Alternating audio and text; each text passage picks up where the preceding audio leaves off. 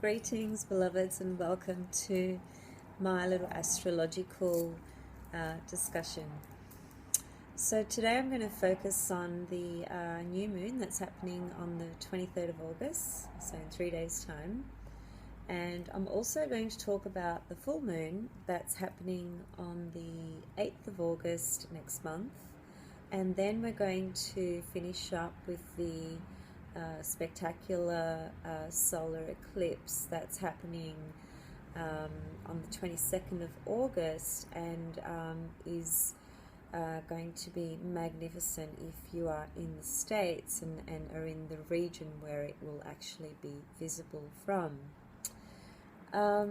So I just want to start with some basics again, and I want to just give a little snippet of what a new moon represents, and the key I suppose, or giveaway word is in the actual term new moon. So it's the beginning of things, it's the birth of all things. So when something is birthed, whether it's an idea, a situation, a project, a direction, a goal, the birthing of anything is represented by this new moon.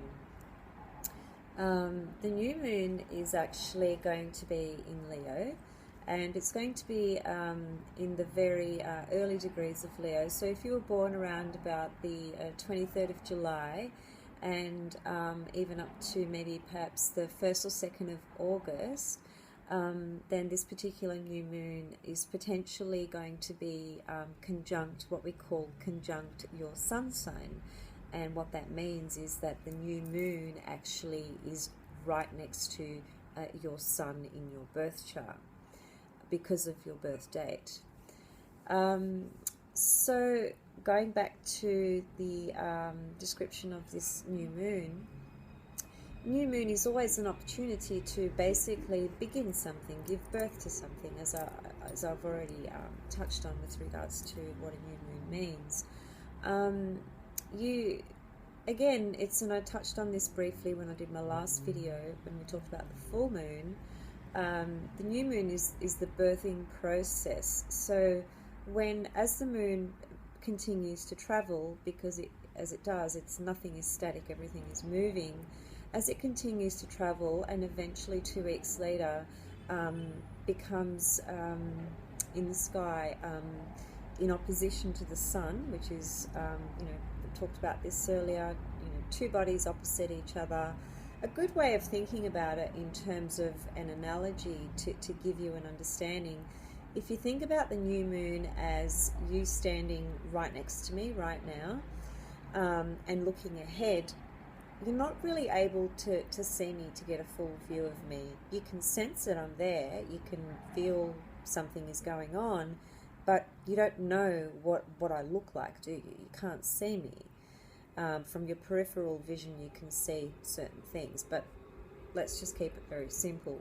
So that's a new moon. It's like two things standing right next to each other. But in the case of a new moon, and we're talking about the sun and the moon in the heavens, there is no light at all. It's completely dark. Now, with a full moon, 2 weeks later, we have the complete opposite to that. We have the complete illumination, right? So we have light. We can actually see now what has actually developed in the course of this germination period, where something was birthed at the beginning. So that's a new moon and that's a full moon. Now, there's a very interesting theme that's running along in this new moon that's coming up in 3 days, in the full moon that's coming up on the 8th of August, and the solar eclipse new moon, again, which is coming up on the 22nd of August. And that is simply that Mars happens to be featured in all those 3 dates that I've just said, with the new moon, full moon, and new moon again. So Mars is a leading star, a leading role in this theme that we're actually seeing. Mars is is a very powerful planet when it's in a very strong sign. So when it's in its own sign, it actually rules Aries, and it also rules Scorpio, although in modern astrology we do look to Pluto as being the ruler of Scorpio. However, we do really need to be looking at Mars as well when we're looking at Scorpio. So Mars rules Aries and Scorpio, does really well in Leo, which is the sign that we're currently talking about it's located in, and has exaltation in the sign of Capricorn. So those signs that I've just mentioned are really quite powerful for Mars to be in. Now, with the new moon and Mars being right next to the new moon, there's a message, or an energy, if you like, rather, that there is incredible potential for true courage to come through. So, to keep it simple, if this new moon happens to land right next to your sun because you were born around the 23rd of July and early August, then it might just be that this particular new moon is really going to set off that energy for you to really give you that courage that you need to maybe start something that you've been really sort of struggling with or unsure about, or haven't had the confidence to follow it through, or to begin it actually. So Mars really in Leo especially is really offering that courage. And it's that heart center energy, because we're talking about Leo, and Leo rules the heart.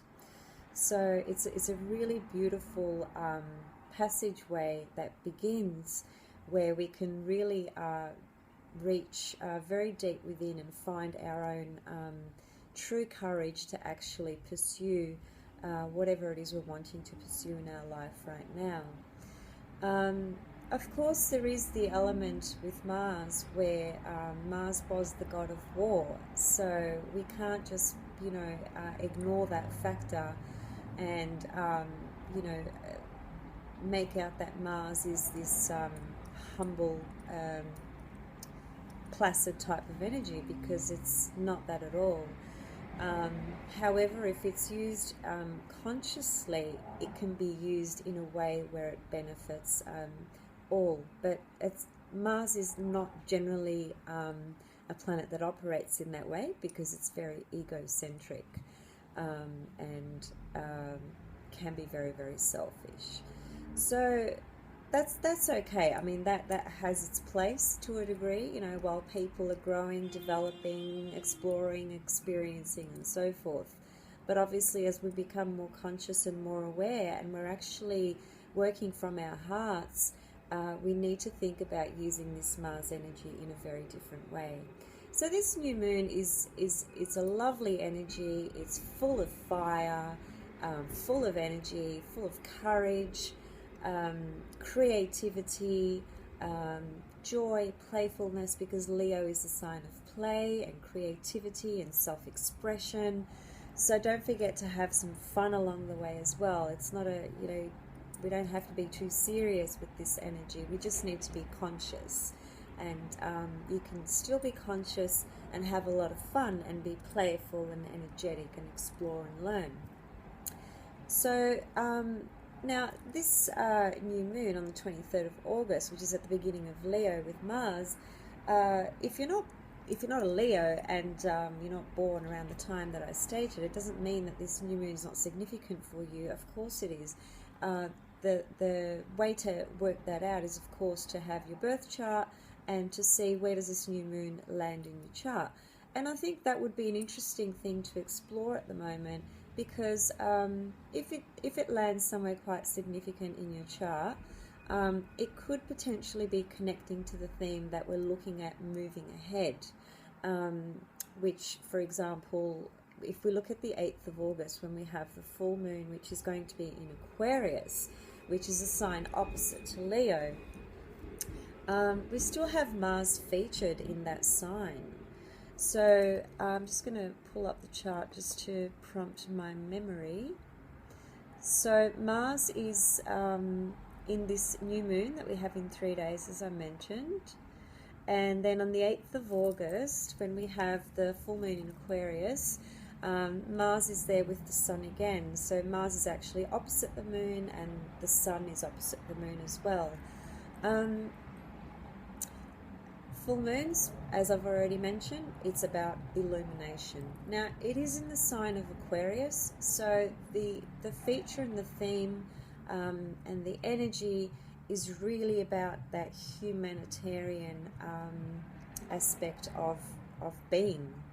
So Aquarius is always unique, individual, innovative, offbeat, quirky, really likes to not work within the confines of rules and systems and regulations. So Aquarius is very much about freedom, and freedom for all people, really. So the Aquarius full moon is quite lovely, because it can be an opportunity where you may connect with different people, different groups of people, if you're doing spiritual practices or spiritual work.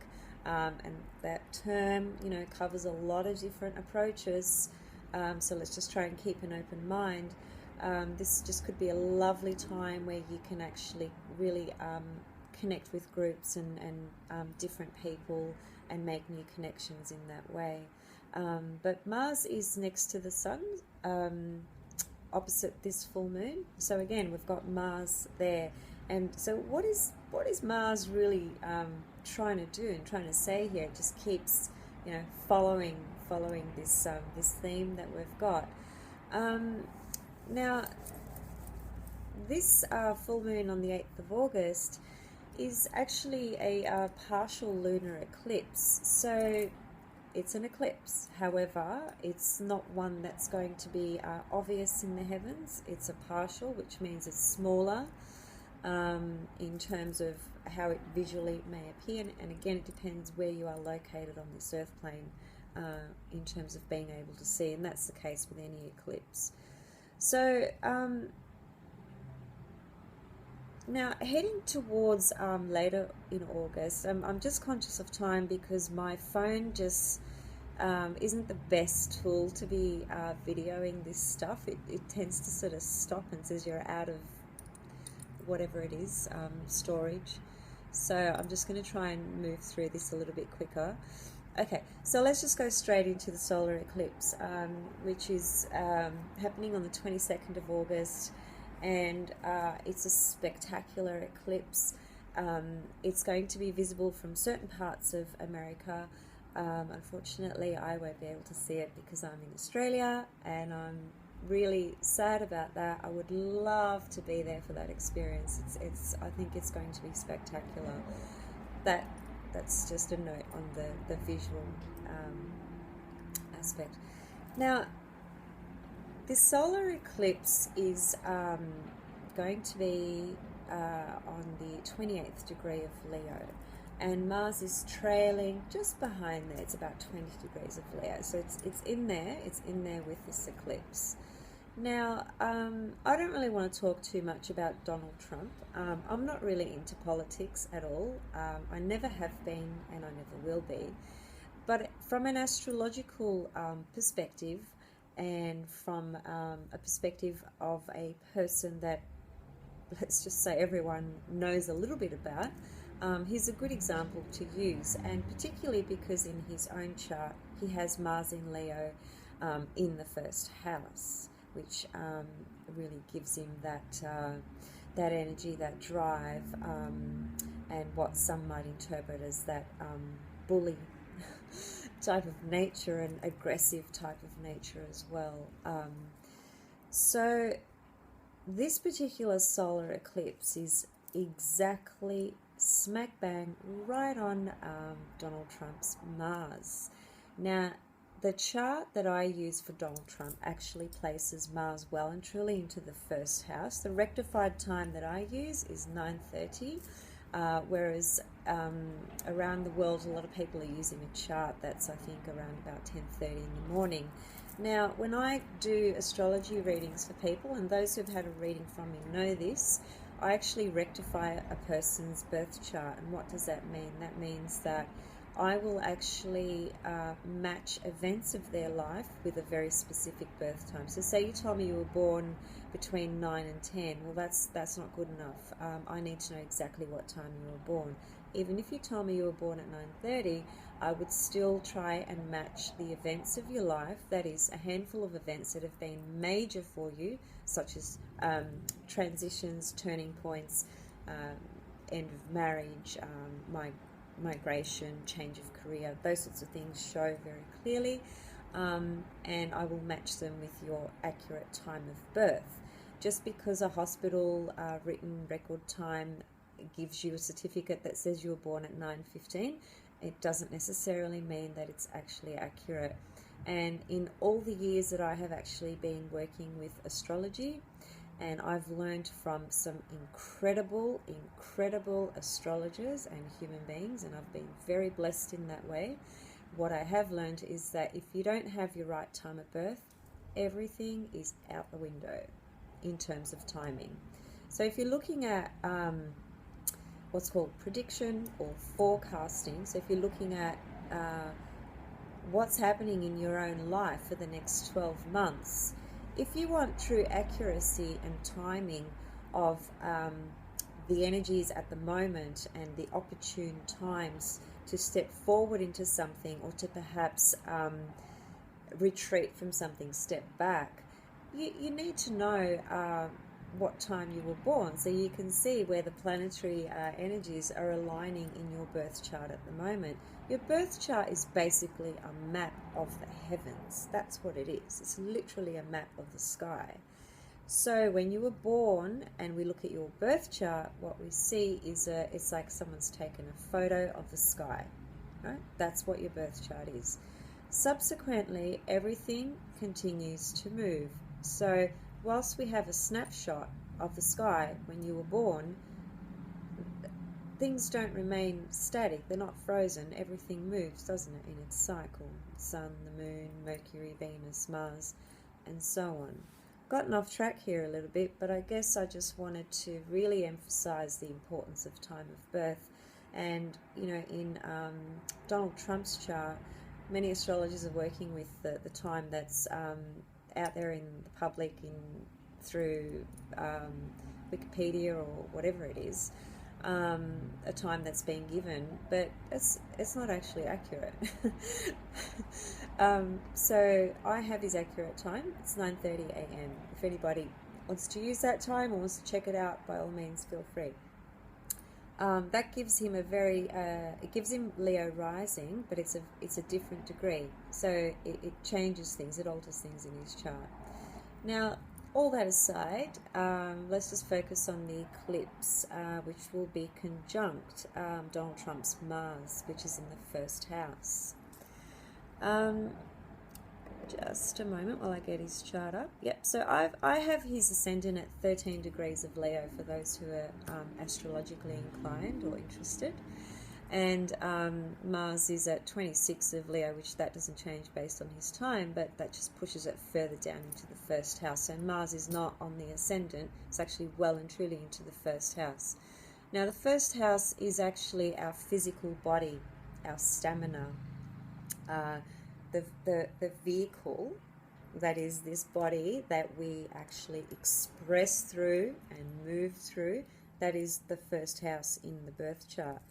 Now, eclipses, in terms of how they've been viewed, for thousands of years, they've always been said to be somewhat some kind of omen. You know, eclipses have never really had a good reputation, to be quite honest with you. They, if you read a lot of the material literature and things of that nature, they get a pretty bad rap because in the darker ages, let's say, when an eclipse was occurring, some really catastrophic things were really taking place with regards to royalty and kings and queens and things like that.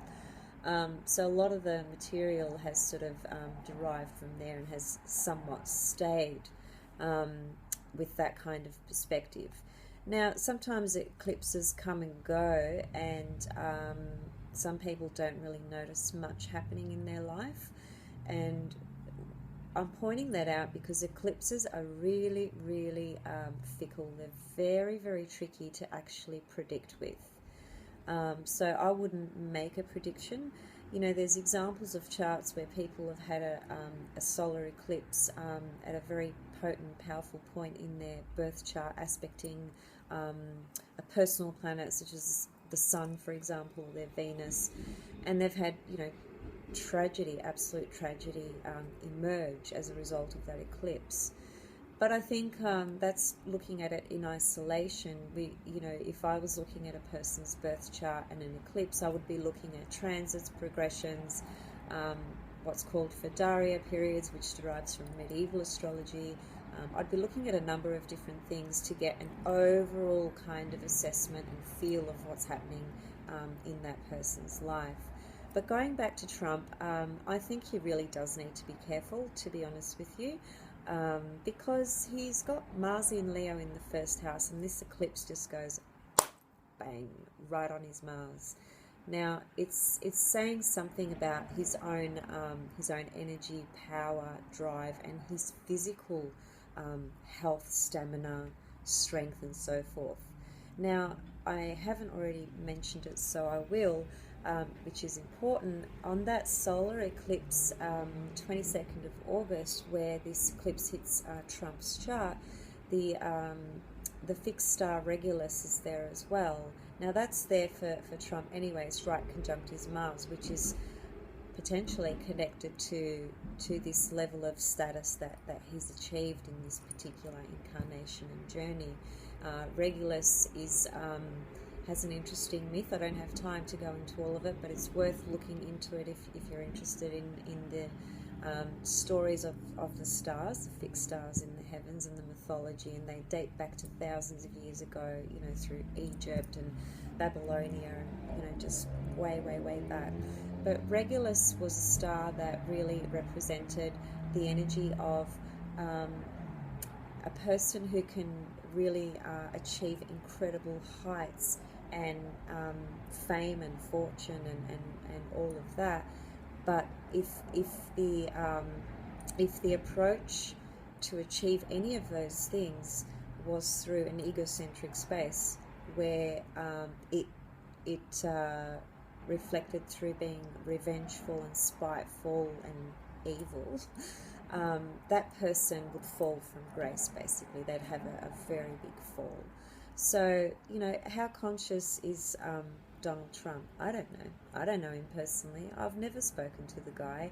I don't actually watch the news. Of course, I'm aware of people's perspectives on him and some of the things that are highlighted with things that he's said and done, but I don't tune into it. It's not part of my reality, and it doesn't really interest me. So I don't want to make a personal judgment on him. I'm just making an astrological observation on the energy. This eclipse is, I think, going to be very significant for him, particularly if he was to be approaching things in his, let's say, normal way. So I think his health and I think connections with people around him could potentially be, just want to be careful with what words I use. There is some risk there. There is some risk, let's just say that. So I'd be very interested to see. Now, it's not going to happen on the 22nd of August. That's not what I'm saying. Eclipse is actually the energy of an eclipse, and if it is to actually bring something up for an individual, which reminds me, that's what eclipses do, solar eclipses. What they're doing is they're bringing up something from the darkness, you know, from the energy that we can't actually see. So it's kind of like something moves and shifts, and now it will actually come through and be seen. Not sure that I explained that very well, but basically what I'm saying is that solar eclipse is like a shadow, the energy of a shadow, and the shadow moves, and then suddenly something comes to light. Perhaps it's a better way of putting it.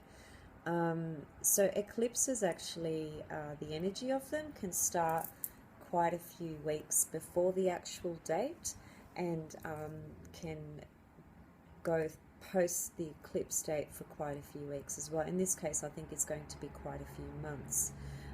So what I'm saying, I guess, is let's see over the next 6 months what manifests with this particular eclipse for Donald Trump. Enough about Donald Trump. What does this eclipse mean for all of us? Well, I think it's a similar thing. You know, if you've got something at 28 degrees Leo, then it's strong, or 28, 27, 26, 25, you could maybe even go to 24, depending on what sort of orbs you use, and an orb is just basically a distance between one planet and another. Some people use very small orbs, some people use what I call big elastic band orbs, so it's up to the individual. But if you've got something at about 28 degrees of Leo or thereabouts, this eclipse is very, very important for you. I can't tell you what it's going to mean for you specifically. I would need to know who you are, would need to speak to you, would need to look at your chart and get a feel for you, your life, your story, your path, your journey, whether you're aware, conscious, you know, whatever it is you are. So that's where I'd leave that. But on a collective, I suppose, level, I think what this eclipse and this energy of Mars is saying is that we need to get courageous, individual courage, so that we can, you know, stand strong and stand tall and believe in ourselves, because all the systems that are, you know, integrated into this 3D reality are pretty much all aimed at taking away from people, making people feel like they don't have enough, they're not good enough, they're not smart enough, they're not pretty enough, they're not fit enough, they're not this enough, they don't have enough houses, they don't have enough cars, and all that crap, right? So everything is designed to make people kind of walk with their heads down into this world of enslavement, where people just, you know, work for these greedy corporations and organizations, where these people fill their pockets and the average person is just struggling to pay their rent. You know, there's a lot of different issues on that subject, I'm aware. And again, that's not something that I'm just aware of it. I'm aware because during the day I'm a counsellor, and I do about 30 counselling sessions per week or thereabouts. So I speak to a lot of people, and I hear a lot of people's deep sufferings and issues and so forth.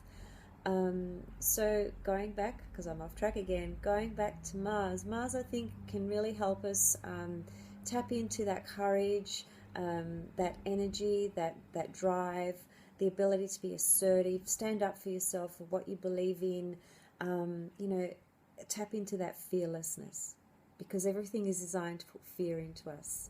You know, if you turn on the TV, I don't think you're going to see anything other than fear. It's all fear, fear, fear, fear, fear. You know, taking people's power away, you know, all that sort of stuff. So, yeah, Mars in this eclipse and in the new moon that's happening in 3 days, and then it's connected to the full moon on the 8th of August prior to the eclipse. Mars is there. It's saying, people, you know, come on, get into your heart space. Open your heart. Leo, the heart, you know, it's that beautiful heart-warming energy where we can actually really, really connect, you know, really connect.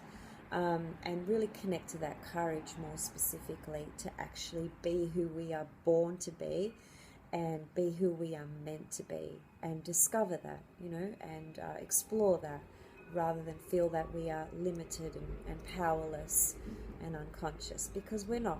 We are all conscious, infinite beings, but it does require work on your part to open that up, to connect to it, to bring life to it, to breathe it, to live it, to share it, you know, all those things.